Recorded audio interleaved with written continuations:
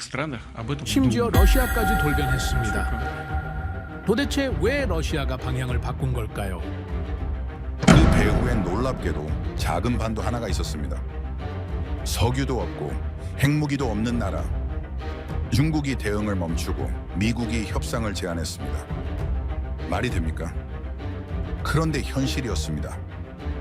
러시아가 돌변한 이유도, 미국이 불안해한 이유도 단 하나, 그 나라가 움직였기 때문이죠. 발칵 뒤집힌 회의실 안에서 한 단어가 반복됐습니다. 전쟁이 아니라 기술로, 협상 대신 결과로 세상을 뒤집은 나라. 그 나라는 바로 대한민국입니다. 지금부터 그 놀라운 현장 속으로 들어가 보시죠. 러시아에서 날아온 충격적인 이야기. 바로 시작합니다. 그리고 지금 어디에서 시청하고 계신지 댓글로 남겨주세요. 여러분의 이야기도 듣고 싶습니다. 그 전에 잠깐 1초 만에 누를 수 있는 좋아요 버튼을 꾹 눌러주시면 영상 제작에 큰 힘이 됩니다. 그럼 바로 사연 시작하겠습니다. 믿을 수 없었습니다. 시뮬레이션이 3번 연속 실패했어요. 한반도 72시간 내 점령 시나리오였는데 매번 서울 진입 단계에서 붕괴됐습니다. 데이터를 다시 돌려도 결과는 같았어요. 북부 산맥과 한강 수계가 만드는 이중 방어선이 뚫리지 않았습니다. 동료들은 프로그램 오류를 의심했지만 직감했죠. 이건 오류가 아니라 현실이라고, 그 작은 땅이 왜 이렇게 단단한 건지 이해할 수가 없었습니다. 안녕하세요. 알렉세이 보로닌입니다. 유라시아 전략을 분석하며 수많은 분쟁 지역을 봤지만 한반도만큼 특이한 곳은 없었습니다. 모스크바 전략센터의 어두운 분석실에서 동부가 가상전 시뮬레이션을 돌리던 날이었어요. 대형 화면엔 빨간 점들이 북쪽에서 남쪽으로 번져가고 있었는데 서울 북부 경계선에서 갑자기 멈춰버렸고 보급로가 끊기면서 병력 이동 속도가 급격히 떨어졌습니다.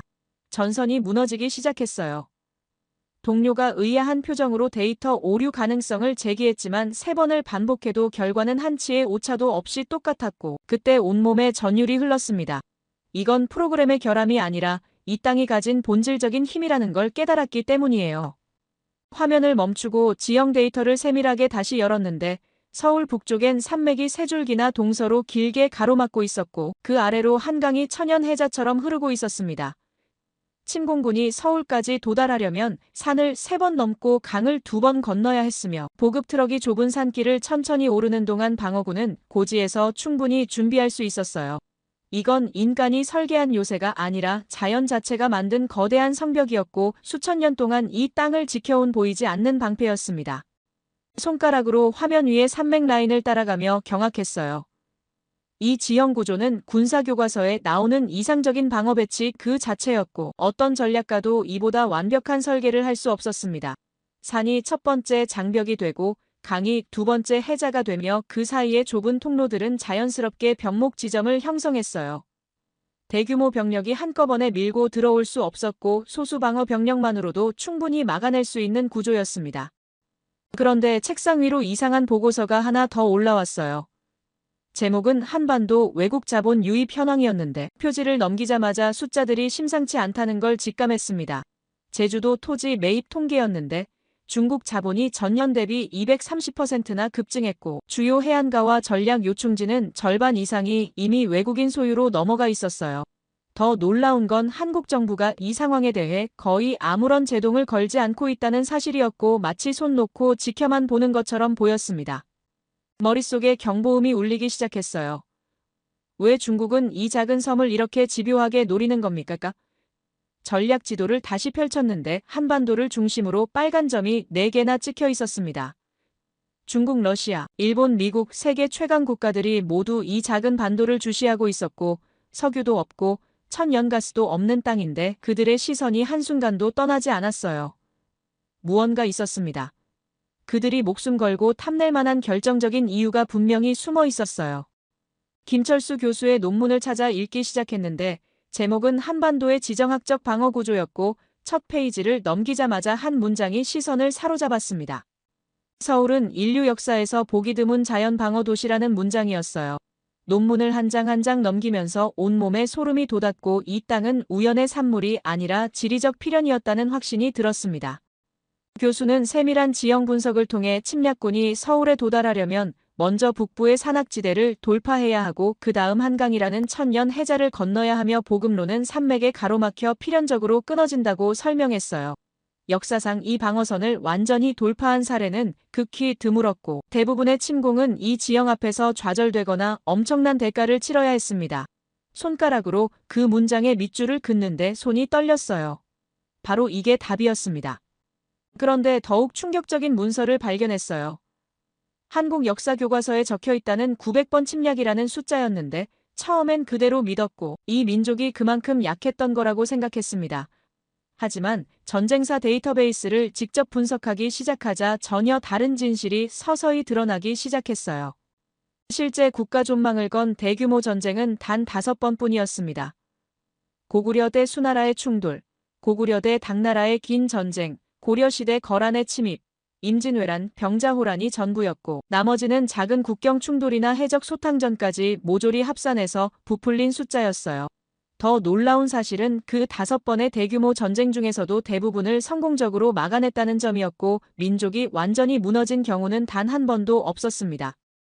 비교를 위해 유럽 전쟁사 데이터를 불러왔어요. 프랑스는 200년 동안 전쟁을 87번이나 치렀고 독일 지역은 150번 이상의 크고 작은 전투를 겪었으며 폴란드는 지도에서 3번이나 완전히 사라졌다가 다시 나타났습니다. 몽골 제국에 짓밟힌 중앙아시아의 수많은 국가들은 민족 자체가 역사에서 영원히 지워졌고 언어도 문화도 모두 사라졌어요. 하지만 한국은 완전히 달랐습니다. 단 한 번도 민족이 소멸된 적이 없었고 언어도 문화도 고스란히 남아 지금까지 이어지고 있었어요. 노트에 떨리는 손으로 적었습니다. 900번은 거짓이고 이 민족은 약했던 게 아니라 실제로는 엄청나게 강했던 거라고 지금까지 세계가 알고 있던 모든 인식이 뒤집히는 순간이었고 역사책에 적힌 숫자 뒤에 숨겨진 진실을 마주하는 순간이었어요. 다시 제주도 보고서로 시선을 돌렸는데 이제 모든 게 이해가 됐습니다. 왜 중국이 조용히 땅을 사들이는지, 왜 러시아가 이 지역의 움직임을 면밀히 주시하는지, 왜 일본이 긴장 상태를 유지하는지, 왜 미국이 막대한 비용을 들여 주둔군을 계속 배치하는지 말이에요. 이 땅은 군사적으로 점령이 불가능했기 때문이고 그래서 지금은 자본과 영향력이라는 다른 방식으로 접근하고 있었습니다. 전략 지도 위에 붉은 펜으로 메모를 남겼어요. 한반도는 자연이 직접 설계한 천연 요새이며 산맥이 첫 번째 성벽이고 한강이 두 번째 해자이며 역사상 이 방어선을 완전히 돌파한 세력은 존재하지 않았고 그래서 지금도 세계 강대국들이 끊임없이 이 땅을 탐낸다고 썼습니다. 동료가 의아한 표정으로 그럼 이 나라는 도대체 어떻게 이 모든 걸 버텨낸 겁니까? 땅 자체가 방패가 되어줬고 자연이 민족을 지켜준 거라고 답했어요. 그는 고개를 끄덕이며 그럼 지금은 어떻게 되는 거냐고 물었고 창밖의 모스크바 야경을 바라보며 지금은 그 땅을 누가 지킬 것인가가 문제라고 말했습니다. 화면 속 시뮬레이션을 한 번 더 돌렸는데 빨간 점들이 서울을 향해 번져가다가 또다시 산맥 앞에서 한강 앞에서 멈춰 섰어요. 4번째 실패였는데 이번엔 웃음이 나왔습니다. 이건 컴퓨터 오류가 아니라 지리적 현실이었고 수천 년 동안 변하지 않은 땅의 본질이었으니까요. 그날 밤 한국행 비행기 티켓을 예약했어요. 직접 가서 눈으로 확인해야 했고 지도와 데이터와 논문만으로는 절대 충분하지 않았습니다. 그 산맥이 정말 그렇게 단단한지, 그 강이 정말 방어선이 될 수 있는지, 그 땅에 사는 사람들이 정말 강한지 직접 보고 싶었어요. 가방을 싸면서 생각했습니다. 이 나라엔 뭔가 특별한 게 있고 숫자와 데이터 너머에 보이지 않는 힘이 존재한다고요. 모스크바의 차가운 밤 공기를 들이마시며 창밖을 내다봤는데 눈이 조용히 내리고 있었어요. 문득 깨달았습니다. 한국도 이런 추운 겨울을 수없이 견뎌왔을 거고 산맥도 한강도 눈보라와 혹한을 이겨냈을 거며 그 땅의 사람들 역시 모든 계절을 버텨냈을 거라고요. 노트 마지막 장을 펼쳐 또박또박 적었습니다. 한반도는 점령이 불가능했고 그래서 지금도 강대국들이 끊임없이 탐내지만 그들은 모르고 있으며 이 땅이 왜 이렇게 단단한지 이 민족이 왜 절대 사라지지 않았는지 그 비밀을 반드시 알아내겠다고 썼어요. 가방을 닫으며 마음속으로 다짐했습니다. 한국이라는 나라를 이제 직접 만나러 가겠고 그들의 땅을 밟고 그들의 공기를 마시며 그 비밀을 하나씩 풀어내겠다고요. 모스크바를 떠나 태평양 상공을 가로지르는 11시간 동안 노트북을 열어 한국 관련 최신 뉴스를 검색했는데 화면 상단에 뜬 헤드라인이 예사롭지 않았습니다. 트럼프 행정부가 한국산 배터리와 반도체에 25% 관세 폭탄을 예고했고 주요 외신들은 한국 기업들이 큰 타격을 입을 거라며 암울한 전망을 쏟아내고 있었어요. 월스트리트 저널은 삼성과 LG의 주가가 폭락할 거라 예측했고 파이낸셜 타임스는 한국 경제가 휘청거릴 거라는 분석 기사를 실었습니다. 화면을 스크롤하며 읽는데 묘한 위화감이 이 나라가 정말 그렇게 쉽게 무너질까 하는 의구심이 고개를 들었습니다. 인천공항에 도착한 건 이른 아침이었는데 입국장을 빠져나와 택시를 기다리는 동안 핸드폰을 꺼내 한국 뉴스를 확인했어요. 화면을 켜자마자 속보 알림이 여러 개 떠 있었고 그중 하나가 눈길을 사로잡았습니다. 삼성전자가 차세대 배터리 기술로 기네스북에 등재됐다는 뉴스였고 테슬라의 최고 기록을 넘어섰다는 문구가 선명하게 보였어요. 손가락으로 기사를 열어 읽기 시작하는데 가슴이 두근거리기 시작했습니다. 관세 압박이 터진 지 불과 사흘째인데 이런 발표가 나온다는 게 우연일 리 없었고 뭔가 의도된 타이밍이라는 직감이 들었어요.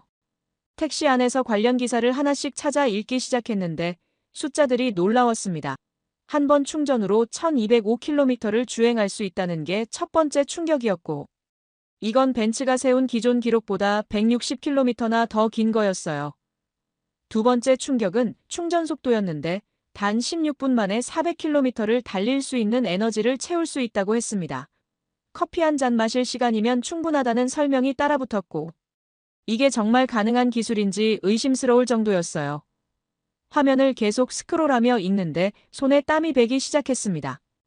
호텔에 체크인을 하고 짐을 풀자마자 예정된 국제기술 포럼 초청장을 확인했어요.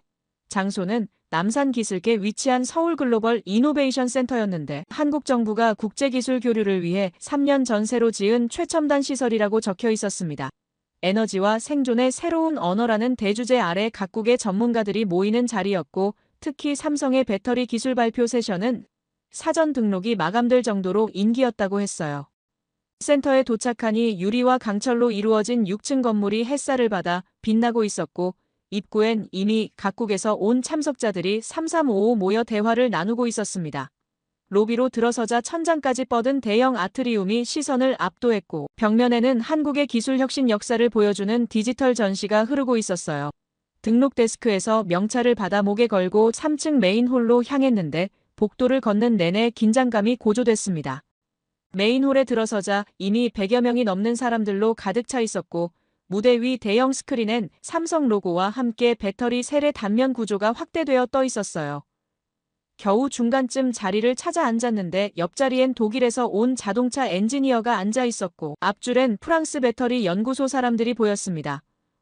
홀 안 분위기가 심상치 않았어요. 모두가 긴장한 표정으로 무대를 응시하고 있었습니다. 발표가 시작되자 홀 안이 조용해졌고 삼성 연구원이 차분하면서도 확신에 찬 목소리로 기술 혁신의 핵심을 설명하기 시작했어요.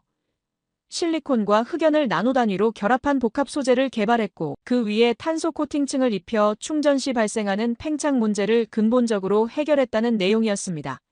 에너지 밀도는 기존 대비 10배나 향상됐고 배터리 수명도 훨씬 길어졌으며 안전성까지 확보했다고 했어요.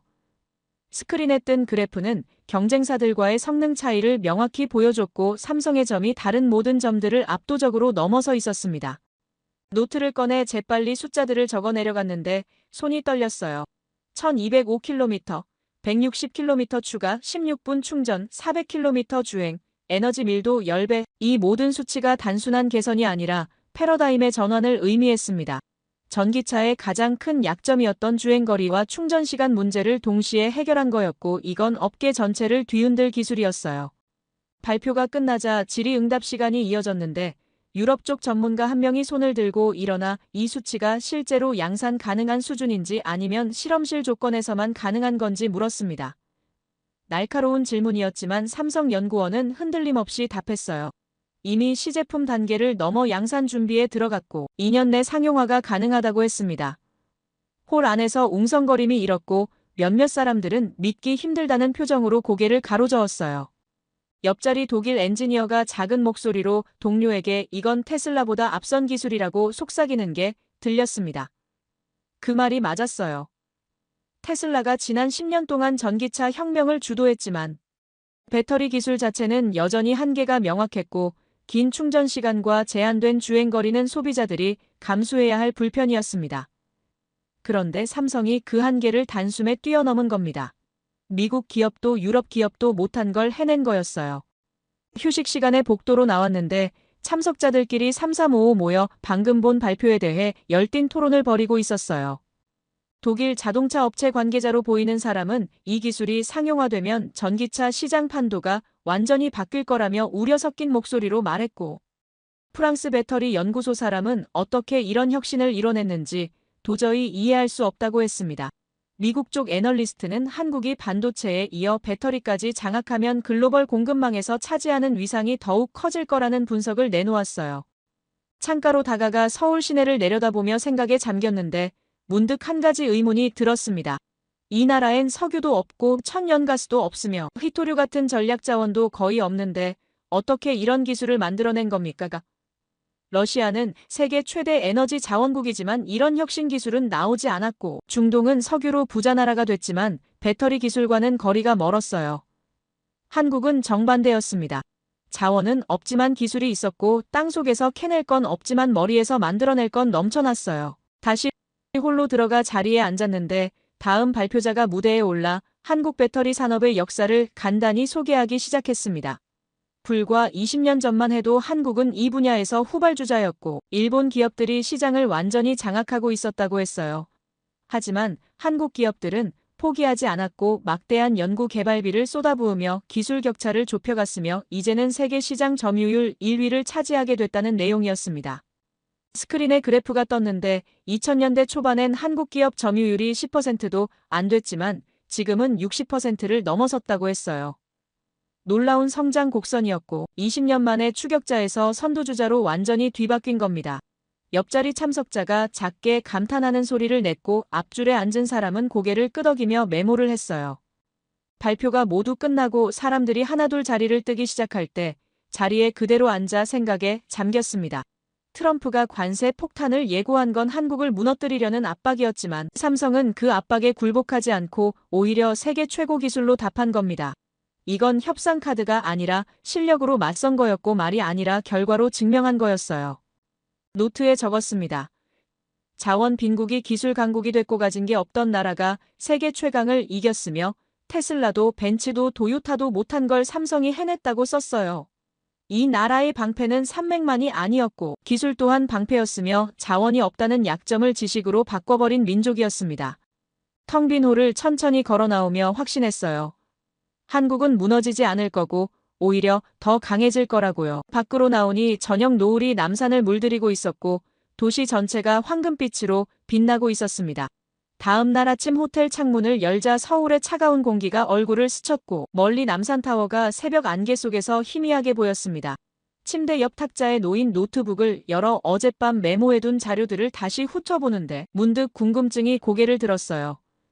삼성이 이렇게 강력한 기술을 가지게 된 배경엔 무엇이 있을까 하는 의문이었고 단순히 한 기업의 노력만으로 가능한 일인지 확신이 서지 않았습니다. 검색창에 한국 배터리 산업 역사라고 입력하고 엔터를 눌렀는데 수많은 기사와 보고서가 쏟아졌고 그중 하나가 시선을 사로잡았어요. 2021년 글로벌 반도체 대란이라는 제목의 심층 분석 기사였는데 클릭하자마자 당시에 긴박했던 상황이 생생하게 펼쳐졌습니다. 전 세계 자동차 공장들이 멈췄고 신차 인도가 2년씩 밀렸으며 완성된 차량이 부품 하나 없어서 출고되지 못한 채 주차장에 쌓여갔다는 내용이었어요. 러시아에서도 그 여파를 직접 겪었던 기억이 떠올랐습니다. 모스크바 거리에서 새 차를 주문하면 최소 18개월을 기다려야 했고 중고차 가격이 폭등하며 시장 전체가 혼란에 빠졌었죠. 기사를 계속 읽어내려가는데 한국도 예외가 아니었다고 적혀 있었습니다. 현대자동차와 기아자동차의 공장 가동률이 절반 이하로 떨어졌고 완성 직전의 차량 수만 대가 부품을 기다리며 공장 야적장에 줄지어 서 있었다고 했어요. 협력업체들은 생산 중단 위기에 내몰렸고 수천 명의 노동자들이 무급휴직 통보를 받을 상황까지 갔다는 문장을 읽는데 가슴이 답답해졌습니다. 하지만 그 다음 문단을 읽는 순간 눈이 커졌어요. 한국 주요 기업들이 긴급 회동을 열었다는 내용이었고 삼성전자와 SK하이닉스 그리고 현대자동차 그룹이 단 이틀 만에 비상협력 체계를 구축했다고 적혀 있었습니다. 평소엔 치열한 경쟁자였던 기업들이 회의실에 모여 앉아 각자의 기술과 설비와 부품 재고 현황을 투명하게 공개했고 누가 누구를 도울 수 있는지 실시간으로 조율했다는 기록이었어요. 손가락을 멈추고 화면을 응시했습니다. 이게 정말 가능한 일입니까? 관련 기사를 하나씩 더 찾아 읽기 시작했는데 놀라운 사실들이 계속 나왔어요. 삼성전자는 자사의 반도체 설계 데이터 일부를 현대차와 공유했고 SK하이닉스는 자동차용 메모리 반도체 생산 라인을 긴급 증설했으며 현대차는 부품 구매 네트워크를 모두에게 개방했다고 했습니다. 각 기업의 연구소 인력들이 상대 기업 공장에 파견되어 함께 문제를 해결했고 밤낮 없이 화상회의를 이어가며 병목 구간을 하나씩 뚫어나갔다는 내용이 이어졌어요. 한 증권사 애널리스트의 분석 보고서를 찾아 열었는데 첫 페이지에 적힌 문장이 강렬했습니다. 이건 경쟁이 아니라 생존을 선택한 순간이었고 이익보다 국가를 먼저 생각한 결단이었다는 평가였어요. 보고서는 계속해서 만약 한국 기업들이 각자 도생의 길을 택했다면 공급망 복구에 최소 6개월에서 8개월이 걸렸을 것이지만 협력 체계 덕분에 단 2개월 만에 정상화됐다고 분석했습니다. 숫자가 명확했어요. 6개월이 2개월로 줄어든 겁니다. 이건 기적에 가까운 속도였고 협력 없이는 절대 불가능한 결과였어요. 노트북 화면을 스크롤하다가 한 경제 전문지의 심층 인터뷰 기사를 발견했는데 당시 현대차 부품조달본부 임원이 남긴 말이 인상적이었습니다. 회의실에 모였을 때 모두가 알고 있었다고 했어요. 이번에 우리가 무너지면 한국 제조업 전체가 흔들릴 거라는 걸 말입니다. 그래서 누가 먼저랄 것도 없이 손을 내밀었고 경쟁사 기밀이라며 숨겨왔던 데이터들을 테이블 위에 올려놓기 시작했다는 증언이었어요. 화면을 보며 상상했습니다. 그 회의실의 긴장감과 결단의 순간을요. 다른 기사를 더 찾아보니 삼성전자 반도체 사업부 관계자의 인터뷰도 있었는데 그는 이렇게 말했다고 적혀 있었어요. 우리는 평소엔 치열하게 경쟁하지만 나라가 위험에 처하면 하나가 되는 게 한국 기업의 DNA라고 했습니다. 이익보다 생존을 택했고 회사보다 국가를 먼저 생각했으며 그게 결국 모두를 살리는 길이라고 믿었다는 내용이었어요. 가슴이 뜨거워졌습니다. 이건 단순한 비즈니스 전략이 아니라 민족의 본능이었고 위기 앞에서 뭉치는 한국인의 DNA였어요. 통계 자료를 하나 더 찾았는데 협력 이후 한국 자동차 산업의 회복 속도를 다른 나라들과 비교한 그래프였습니다. 미국은 정상화까지 7개월이 걸렸고 유럽은 8개월이 소요됐으며 일본은 6개월이 걸렸다고 했어요. 하지만 한국은 단 2개월 만에 공장 가동률을 90% 이상으로 석 달째엔 완전히 정상 궤도에 올랐습니다. 그래프에서 한국을 나타내는 선이 다른 모든 나라들을 압도적으로 추월하며 가파르게 상승하는 모습이 선명했어요. 창밖을 보니 해가 완전히 떠올라 서울 시내가 환하게 빛나고 있었고 저 빌딩 어딘가에서 지금도 수많은 엔지니어들이 협력하며 일하고 있을 거라 생각하니 경외감이 들었습니다. 다시 화면으로 시선을 돌려 마지막 기사 하나를 더 읽었는데 제목이 뭉치면 못할 게 없다. 위기 속 한국 기업의 힘이었어요. 기사는 한국 기업들이 보여준 이번 협력은 단순한 일회성 이벤트가 아니라 고구려 시대부터 이어져 온 산성연합 정신의 현대적 발현이라고 분석했습니다. 산성연합이라는 단어가 낯설어 검색해보니 역사학자 김철수 교수의 논문이 나왔어요. 고구려 시대 산성들은 개별적으로 존재한 게 아니라 서로 연결된 방어 네트워크였고 한 곳이 공격받으면 주변 산성들이 즉시 지원하는 시스템이었다는 내용이었습니다. 이 연합방어 체계 덕분에 고구려는 수나라와 당나라의 대군을 막아낼 수 있었고 그 정신이 1000년이 넘는 세월을 거쳐 지금 한국 기업들의 협력으로 이어지고 있다는 분석이었어요. 노트에 빠르게 적어 내려갔습니다. 산성은 돌로 쌓았지만 지금은 기술로 쌓고 있으며 과거엔 병사들이 연합했지만 지금은 기업들이 연합하고 있고 형태는 바뀌었지만 본질은 같다고 썼어요.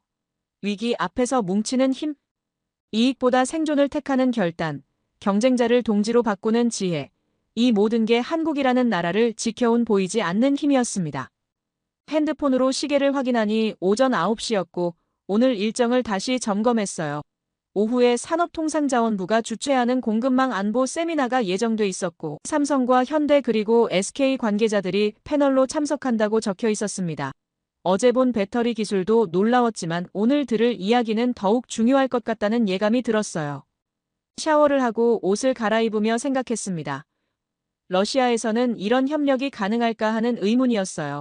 대기업들이 자발적으로 기술과 데이터를 공유하고 경쟁사를 도우며 함께 위기를 돌파하는 모습을 상상해봤지만 쉽게 그려지지 않았습니다. 경쟁은 있어도 협력은 부족했고 위기 앞에서 각자 도생을 택하는 경우가 더 많았어요. 하지만 한국은 달랐습니다. 그들에겐 뭔가 특별한 게 있었고 그게 바로 이 나라를 강하게 만드는 힘이었어요. 호텔을 나서며 마지막으로 노트에 한 줄 더 적었습니다. 한국의 진짜 무기는 기술이 아니라 단결이고 경쟁력의 원천은 협력이며 위기를 기회로 바꾸는 힘은 뭉치는 데서 나온다고 썼어요. 택시를 타고 세미나 장소로 향하는 내내 가슴이 두근거렸습니다. 오늘은 또 무엇을 배우게 될까 하는 기대감이 온몸을 감쌌어요. 세미나 장소에 도착하니 입구부터 분위기가 사뭇 달랐습니다. 오늘 행사는 단순한 기술 세미나가 아니라 한국 산업 70년사 특별전을 겸하고 있었고 복도 전체가 과거와 현재를 잇는 사진 전시관으로 꾸며져 있었어요. 주최 측 설명문을 읽어보니 한국이 어떻게 폐허에서 세계 최강 기술 국가로 성장했는지 그 여정을 세대별로 조명하는 기획이었고 특히 오늘은 김철수 교수가 10년간 수집한 귀중한 아카이브 자료를 최초 공개하는 날이라고 적혀 있었습니다. 가슴이 다시 뛰기 시작했어요. 어제 논문으로만 접했던 그 교수를 직접 만나게 된다는 사실이 믿기지 않았습니다. 로비에 들어서자 정면 벽면을 가득 채운 대형 스크린이 보였고 흑백 영상이 천천히 흘러가고 있었어요. 화면엔 폐허가 된 서울거리가 펼쳐졌고 무너진 건물 사이로 사람들이 천천히 걸어가는 모습이었습니다. 자막이 떴어요. 1953년 7월 휴전 직후에 대한민국이라고 적혀 있었고 다음 장면으로 넘어가자 군복을 입은 젊은 병사들의 사진이 클로즈업 됐습니다. 얼굴에 먼지가 묻었지만 눈빛만은 살아있었고 그 시선엔 무언가 단단한 결의 같은 게 느껴졌어요. 안내 직원이 다가와 오늘 특별 세션은 김철수 교수가 직접 해설하는 다큐멘터리 상영으로 시작한다고 설명했고 이건 교수가 30년간 전국을 돌며 수집한 증언과 자료를 엮은 작품이라고 했습니다. 제목은 산에서 연구소로 끝나지 않은 전선이었고 한국 산업 발전의 뿌리가 어디서 시작됐는지 추적한 다큐라는 설명이 이어졌어요. 메인 홀로 안내받아 들어가니 이미 100여 명이 넘는 참석자들이 자리를 채우고 있었고 무대 옆 스크린엔 다큐 포스터가 크게 떠 있었습니다. 조명이 어두워지고 김철수 교수가 무대에 올랐는데 70대 중반으로 보이는 그의 모습은 사진에서 본 것보다 훨씬 더 온화했어요. 마이크를 잡고 천천히 입을 열었는데 그의 첫마디가 가슴을 쳤습니다. 오늘 여러분께 보여드릴 영상은 단순한 역사 기록이 아니라 지금도 살아 숨쉬는 정신의 증거라고 했고 한국이 왜 강한지 이해하려면 70년 전 그날로 돌아가야 한다는 말을 덧붙였어요. 화면이 켜지며 다큐멘터리가 시작됐습니다. 첫 장면은 한 노인의 클로즈업이었고 깊게 파인 주름 사이로 또렷한 눈빛이 카메라를 응시하고 있었어요. 자막이 올라왔습니다. 이종호 할아버지 93세 6.25 참전 용사라고 적혀 있었고 그의 목소리가 천천히 흘러나왔습니다. 23살에 총을 들었고 산에서 싸웠으며 추위와 배고픔 속에서 전우들이 하나씩 쓰러지는 걸 지켜봤다는 증언이었어요. 하지만 그가 한 말 중 가장 기억에 남는 문장이 있었습니다. 왜 목숨을 걸고 싸웠냐는 질문에 그는 명확하게 답했어요. 아들이 총 들지 않게 하려고였다고 했고 다음 세대가 전쟁 걱정 없이 살게 하려고였다는 말이 화면을 가득 채웠습니다. 화면이 전환되며 70년대 공장 앞모습이 펼쳐졌고 낡은 기계 앞에서 젊은 노동자들이 땀을 흘리며 일하는 장면이었어요. 김철수 교수의 내레이션이 깔렸는데 이들은 전쟁 직후 태어난 세대였고 아버지가 총을 들었다면 아들은 렌치를 들었으며 전선은 산에서 공장으로 옮겨왔다는 설명이 이어졌습니다. 화면 속 노동자 하나가 인터뷰에 응하고 있었는데 그는 아버지가 참전 용사라고 했고 자신은 그 빚을 갚는 심정으로 일한다고 말했어요. 나라를 지키는 방법이 바뀌었을 뿐이고 정신은 이어진다는 그의 말에 홀 안이 조용해졌습니다. 다음 장면은 80년대 반도체 연구소였고 흰 가운을 입은 연구원들이 현미경 앞에 앉아 있었어요. 김 교수의 목소리가 다시 들렸는데 이들은 공장 노동자의 자녀 세대였고 아버지가 기계를 다뤘다면 아들은 반도체를 설계했으며 전쟁터는 이제 실험실이 됐다는 설명이었습니다. 한 여성 연구원이 카메라를 보며 말했어요. 할아버지는 전쟁에서 싸웠고 아버지는 공장에서 일했으며 저는 연구소에서 기술을 만든다고 했습니다. 세 세대가 다른 곳에서 싸웠지만 목표는 하나였다는 문장이 화면에 떠올랐어요. 이 나라를 지키는 것이라고 적혀 있었습니다. 마지막 장면이 압권이었습니다. 화면이 둘로 나뉘었는데 왼쪽엔 산 능선 위에서 경계를 서는 현역 병사가 있었고 오른쪽엔 삼성 반도체 연구소 클린룸에서 일하는 젊은 엔지니어가 있었어요. 두 화면이 천천히 겹쳐지며 하나가 됐고 김철수 교수의 마지막 내레이션이 흘러나왔습니다. 전쟁은 끝나지 않았고 전선만 바뀌었으며 산에서 싸우던 사람들이 이제 연구소에서 싸우고 있다는 말이었어요. 정신은 이어졌고 의지는 변하지 않았으며 방법만 달라졌을 뿐이라는 문장이 화면에 천천히 떠오르다가 사라졌습니다. 조명이 다시 켜졌는데 홀 안이 너무 조용했어요. 아무도 움직이지 않았고 몇몇 사람들은 눈가를 훔치고 있었습니다. 옆자리에 앉았던 한국인으로 보이는 60대 남성도 손수건을 꺼내 눈물을 닦았고 앞줄 여성 참석자는 고개를 숙이고 있었어요. 가슴이 뜨거워졌습니다. 이게 한국이라는 나라의 진짜 모습이었고 숫자나 데이터로는 절대 설명할 수 없는 힘이었어요. 김철수 교수가 다시 마이크를 잡고 말했습니다. 많은 사람들이 한국의 기적을 경제 성장률로 설명하려 하지만 진짜 기적은 정신의 계승이었고 세대가 바뀌어도 나라를 지키려는 의지는 변하지 않았다는 설명이었어요. 기술은 복제할 수 있지만 이 사고방식은 복제할 수 없으며 산성은 사라졌지만 그 정신은 연구소와 공장에 고스란히 남아있다고 했습니다. 휴식 시간에 복도로 나왔는데 다리에 힘이 빠져 벽에 기댔어요. 방금 본 영상이 머릿속을 떠나지 않았고 특히 이종호 할아버지의 눈빛과 젊은 엔지니어의 모습이 겹쳐 보였습니다. 노트를 꺼내 적기 시작했어요. 전쟁은 끝나지 않았고 전선만 이동했으며 산에서 연구소로 총에서 반도체로 바뀌었지만 정신은 그대로라고 썼습니다. 이 나라의 진짜 방어선은 철도 땅도 아니었고 바로 사람들의 마음속에 새겨진 의지였다는 문장을 덧붙였어요. 창밖을 보니 서울 시내 빌딩들이 햇살을 받아 반짝이고 있었고 저 건물 어딘가에서 지금도 수천 명의 연구원들이 조용히 싸우고 있을 거라 생각하니 경외감이 밀려왔습니다. 그들은 군복 대신 가운을 입었고 총 대신 현미경을 들었지만 본질은 같았어요. 나라를 지키는 전사들이었습니다. 다시 홀로 들어가 자리에 앉았는데 김철수 교수와 눈이 마주쳤고 그가 고개를 끄덕이며 미소를 지었어요. 마치 이해했냐고 묻는 것 같았고 마음속으로 답했습니다. 이제 알겠다고요. 한국이 왜 강한지, 이 민족이 왜 사라지지 않았는지 이제 완전히 이해했다고요. 세미나가 끝나고 호텔로 돌아오는 길에 택시 창밖으로 서울 시내가 네온사인들이 하나둘 켜지기 시작했습니다. 머릿속엔 여전히 이종호 할아버지의 눈빛과 젊은 엔지니어의 모습이 겹쳐 보였고 그 정신의 연결고리가 지금 이 도시 전체를 떠받치고 있다는 생각이 들었어요. 하지만 한 가지 의문이 계속 맴돌았습니다. 정신과 기술을 모두 갖춘 이 나라가 세계 경제에서 차지하는 진짜 위치는 어디일까 하는 질문이었고 막연히 강하다는 것 이상의 구체적인 증거를 찾고 싶었어요. 호텔방에 들어와 노트북을 열고 글로벌 공급망 데이터베이스에 접속했는데 검색어에 한국 핵심 부품이라고 입력하자 화면이 수백 개의 항목으로 채워졌습니다.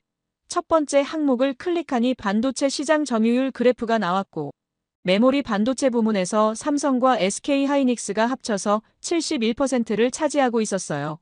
손가락을 멈추고 숫자를 다시 확인했습니다.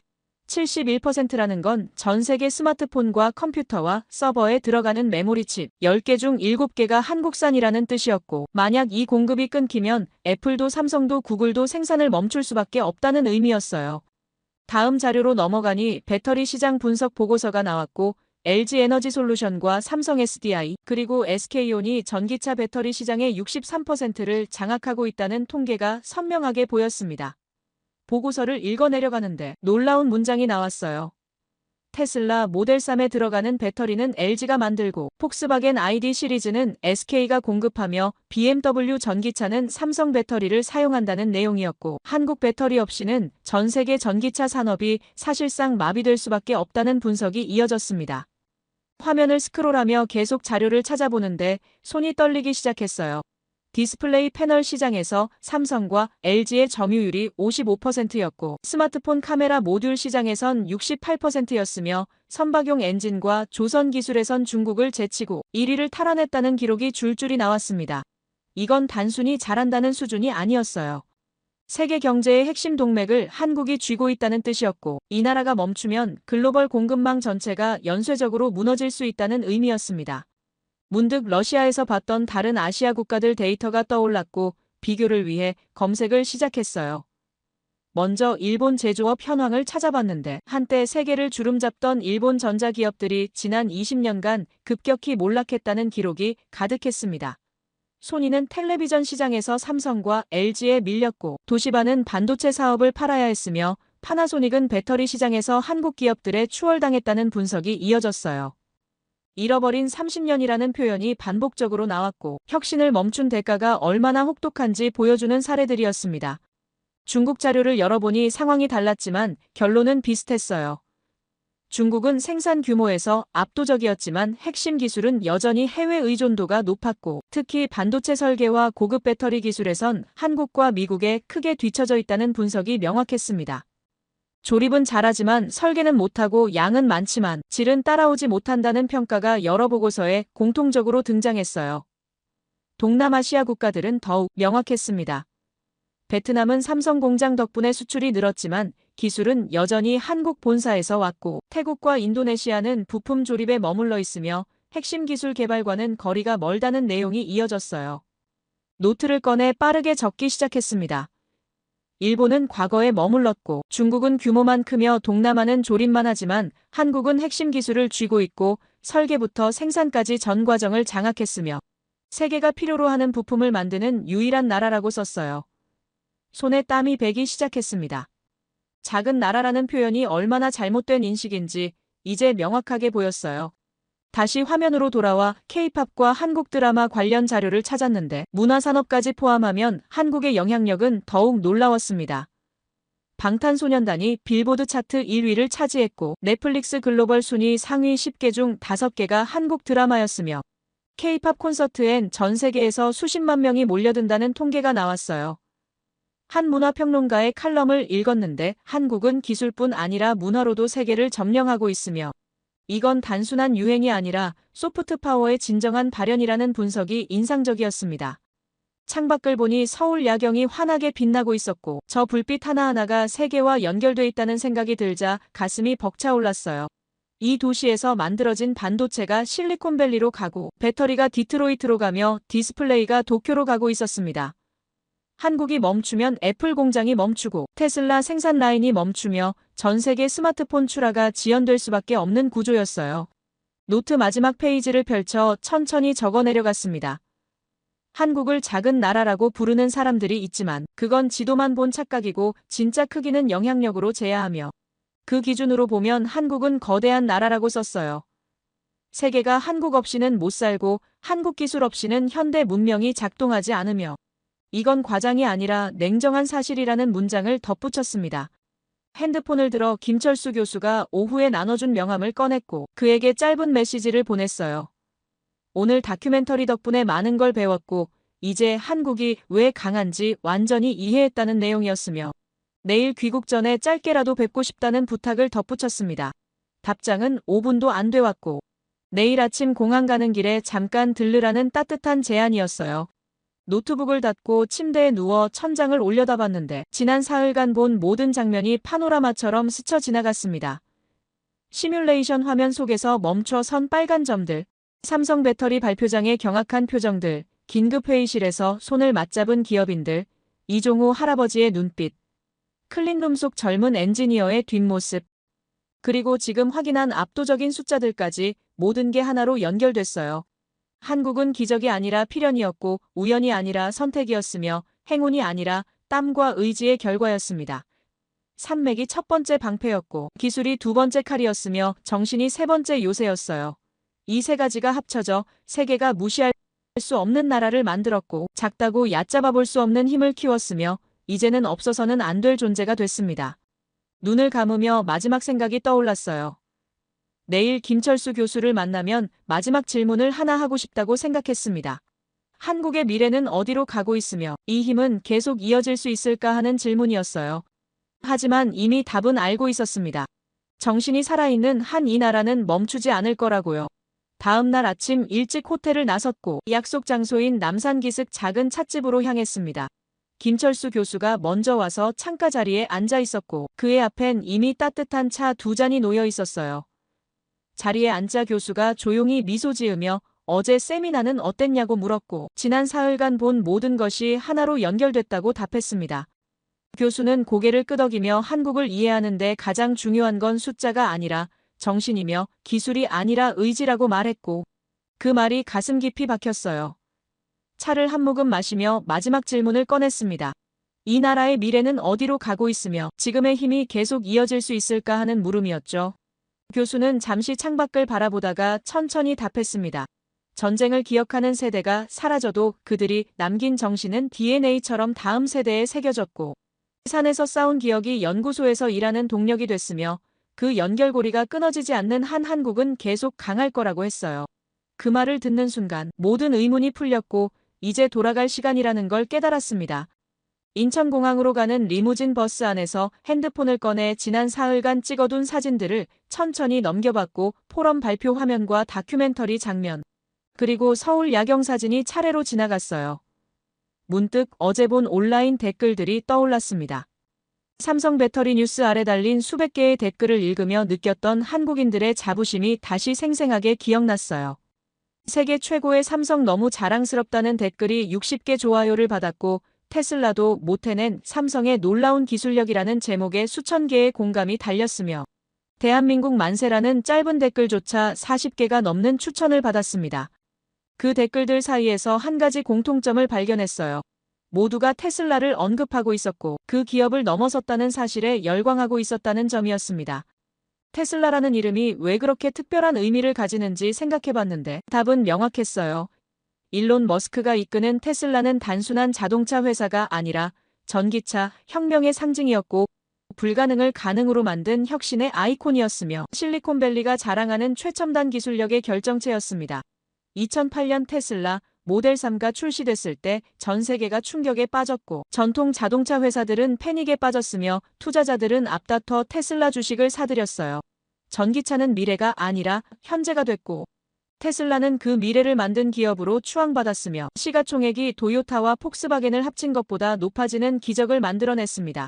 전 세계 언론이 테슬라를 애플 다음 혁신 기업으로 불렀고 머스크는 현대판 에디슨으로 칭송받았으며 그가 만든 배터리 기술은 업계 표준처럼 여겨졌어요.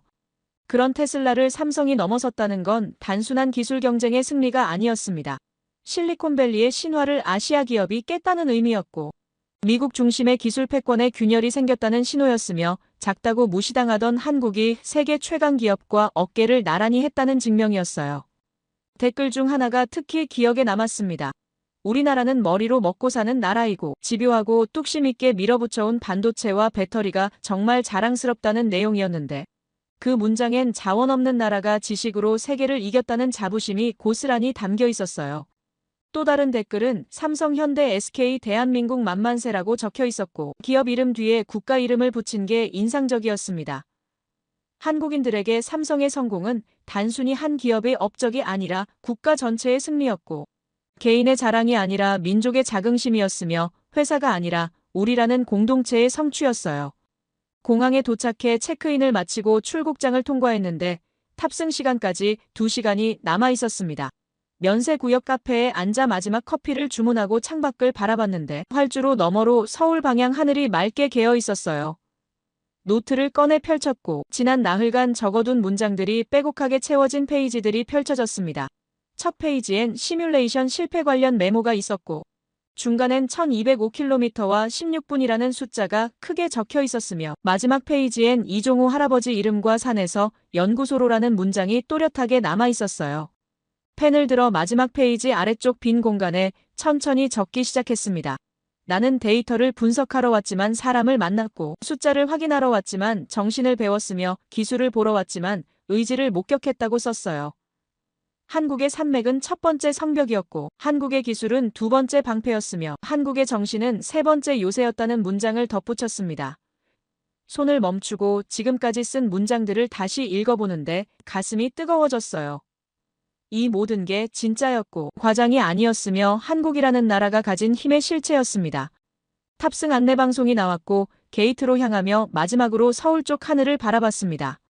저 도시 어딘가에서 지금도 수천 명의 연구원들이 실험실에서 밤을 새우고 있을 거고 공장에선 노동자들이 생산 라인을 지키고 있을 거며 김철수 교수는 또 다른 자료를 정리하며 다음 세대에 전할 이야기를 준비하고 있을 거라 생각하니 경외감이 밀려왔어요. 탑승구 앞에서 잠시 멈춰 섰고 가방을 내려놓은 채 서울을 향해 조용히 경례를 올렸습니다. 주변 승객들이 의아한 눈빛으로 쳐다봤지만 상관없었어요. 이건 한 분석가가 아니라 한 인간으로서 올리는 존경의 표시였고 배움에 대한 감사였으며 깨달음에 대한 경의였습니다. 비행기에 올라 좌석에 앉아 안전벨트를 매는데 승무원이 다가와 물 한 잔을 건네줬고 감사하다는 인사를 건넸어요. 창밖으로 서울이 점점 멀어지기 시작했고 불빛들이 하나둘 작아지며 사라졌습니다. 눈을 감고 마지막 생각을 정리했어요. 한국은 기적이 아니라 결심이었고 우연이 아니라 필연이었으며 행운이 아니라 노력의 결과였습니다. 작은 땅이지만 큰 정신이 있었고 적은 자원이지만 많은 지혜가 있었으며 짧은 역사지만 깊은 의지가 있었어요. 로 돌아가면 보고서를 쓸 겁니다. 하지만 그 보고서엔 숫자만 담지 않을 거예요. 이종호 할아버지의 눈빛도 담을 거고 삼성연구원의 열정도 적을 거며 김철수 교수의 지혜도 기록할 겁니다. 한국을 이해하려면 데이터만으론 부족하고 정신을 봐야 하며 숫자 너머의 사람을 만나야 한다고 쓸 거예요. 비행기가 고도를 높이며 구름 위로 올라갔고 창밖으론 끝없는 하늘만 펼쳐져 있었습니다. 노트북을 열어 지난 나흘간의 기록을 정리하기 시작했는데 문득 비교가 필요하다는 생각이 들었어요. 한국이 얼마나 특별한지 제대로 이해하려면 다른 아시아 국가들과 나란히 놓고 봐야 명확해질 거라는 판단이었습니다. 먼저 중국을 떠올렸습니다. 14억 인구와 광활한 영토를 가진 거대한 나라였고 세계 2위 경제대국이었으며 제조업 생산량에서 압도적인 위치를 차지하고 있었어요. 지난 40년간 중국의 성장은 인류 역사상 유례없는 속도였고 빈곤 국가에서 강대국으로 도약한 과정은 경이로웠으며 서구학자들은 중국의 세기가 올 거라 예측했습니다. 하지만 한국과 비교하면 결정적인 차이가 보였어요. 중국은 규모로 승부했지만 한국은 질로 승부했고 중국은 조립공장이었지만 한국은 설계본부였으며 중국은 따라가는 추격자였지만 한국은 앞서가는 선구자였습니다. 구체적인 예를 찾아봤습니다. 중국 기업들은 스마트폰을 수억 대 만들지만 그 안에 들어가는 핵심 반도체는 한국산이었고 전기차를 대량 생산하지만 고성능 배터리 기술은 여전히 한국에 뒤처져 있었으며 디스플레이 패널을 찍어내지만 최고급 올레드 기술은 삼성과 LG가 독점하고 있었어요.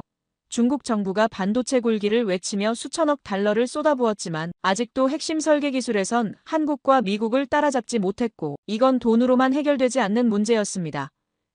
기술은 쌓이는 시간이 필요했고 시행착오를 거쳐야 했으며 무엇보다 포기하지 않는 정신이 필요했는데 한국은 그 모든 과정을 이미 거쳤지만 중국은 여전히 그 길 위에 있었어요. 더 중요한 차이는 신뢰였습니다.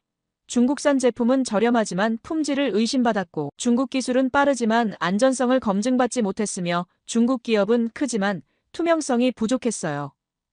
반면 한국산 제품은 프리미엄의 상징이었고 삼성과 LG는 신뢰의 브랜드였으며 메이드 인 코리아는 품질 보증서처럼 여겨졌습니다. 애플이 삼성 반도체를 쓰고 테슬라가 LG 배터리를 선택하며 유럽 자동차 회사들이 한국 부품을 찾는 이유가 바로 이 신뢰 때문이었어요. 러시아를 생각하니 가슴이 복잡해졌어요. 조국은 세계 최대 영토와 풍부한 자원을 가졌고 석유가스 광물이 넘쳐났으며 군사기술도 강했습니다. 하지만 그게 전부였어요. 자원에 의존했고 제조업은 낙후됐으며 기술 혁신은 정체됐습니다. 반도체도 배터리도 디스플레이도 만들지 못했고 스마트폰도 자동차도 수입에 의존했으며 젊은 인재들은 해외로 떠났어요. 한국과 비교하면 차이가 더욱 선명했습니다. 한국은 자원 없이 기술로 먹고 살았고 러시아는 자원으로 먹고 사는데 기술이 없었으며 한국은 미래를 만들지만 러시아는 과거에 기댔어요. 이 모든 비교에서 하나의 결론이 나왔습니다. 한국의 힘은 크기가 아니라 밀도에 있었고 양이 아니라 질에 있었으며 자원이 아니라 정신에 있었어요. 작은 땅이지만 강한 의지가 있었고 적은 인구지만 높은 교육 수준이 있었으며 짧은 역사지만 깊은 회복력이 있었습니다.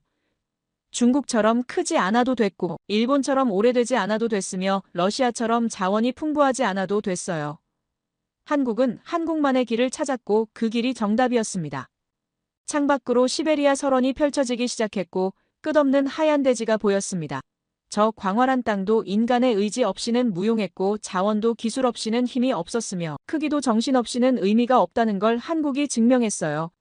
이 이야기를 듣는 여러분께 말씀드리고 싶습니다. 한국을 과소평가하지 마시길 바랍니다. 지도상 크기로 판단하지 마시고 영향력으로 보시길 바라며 과거가 아닌 현재와 미래로 평가하시길 바랍니다. 한국은 더 이상 도움받는 나라가 아니라 세계를 이끄는 나라이고 추격하는 나라가 아니라 앞서가는 나라이며 배우는 나라가 아니라 가르치는 나라입니다. 앞으로 세계는 더 많은 한국의 기술을 필요로 할 것이고 한국의 정신을 배우려 할 것이며 한국의 경험을 참고할 것입니다. 작지만 강한 나라, 적지만 질 높은 나라, 짧지만 깊은 나라, 이게 제가 발견한 한국의 진짜 모습입니다. 제 이야기를 끝까지 들어주셔서 감사합니다. 모두 안녕히 계세요. 오늘의 사연 어떻게 들으셨나요? 한 나라가 이렇게까지 단단할 수 있다는 게 참 신기하지 않나요? 처음엔 그냥 작고 멀리 있는 나라 중 하나로만 보였는데 이야기를 듣다 보면 어느새 그 안에 살아있는 사람들의 의지가 느껴지죠. 누군가는 그걸 기술이라고 말하고 또 누군가는 기적이라고 부르지만 사실 자세히 들여다보면 그건 그냥 버티는 마음인 것 같아요. 포기하지 않고 무너져도 다시 일어나고 세상이 흔들려도 끝내 자기 자리를 지켜내는 그런 마음 말이에요.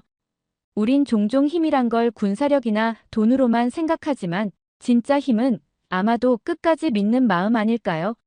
누가 뭐라 해도 스스로의 가능성을 믿고 결국 그걸 현실로 만들어버리는 힘. 그게 이 이야기의 본질이었던 것 같아요.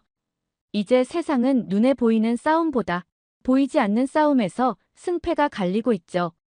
총 대신 아이디어로, 무기 대신 기술로, 그리고 위기 대신 협력으로 이겨내는 시대니까요. 그렇다면 앞으로는 어떤 나라가, 어떤 사람이 이 조용한 전쟁에서 이길 수 있을까요? 아마 답은 이미 우리 곁에 있을지도 모르겠어요. 여러분의 생각은 어떠신가요? 오늘의 이야기를 들으면서 느낀 점, 그리고 여러분이 생각하는 진짜 강함이란 무엇인지 아래 댓글에 남겨주세요. 그리고 감동적인 사연을 주변 사람들과 공유하고 함께 이야기 나눠보세요. 마지막으로 1초밖에 걸리지 않는 구독과 좋아요, 알림 설정은 영상 제작에 큰 힘이 됩니다. 지금까지 감동을 담아 여러분께 진심을 전하는 감동담기였습니다. 오늘 하루도 행복한 하루 보내세요.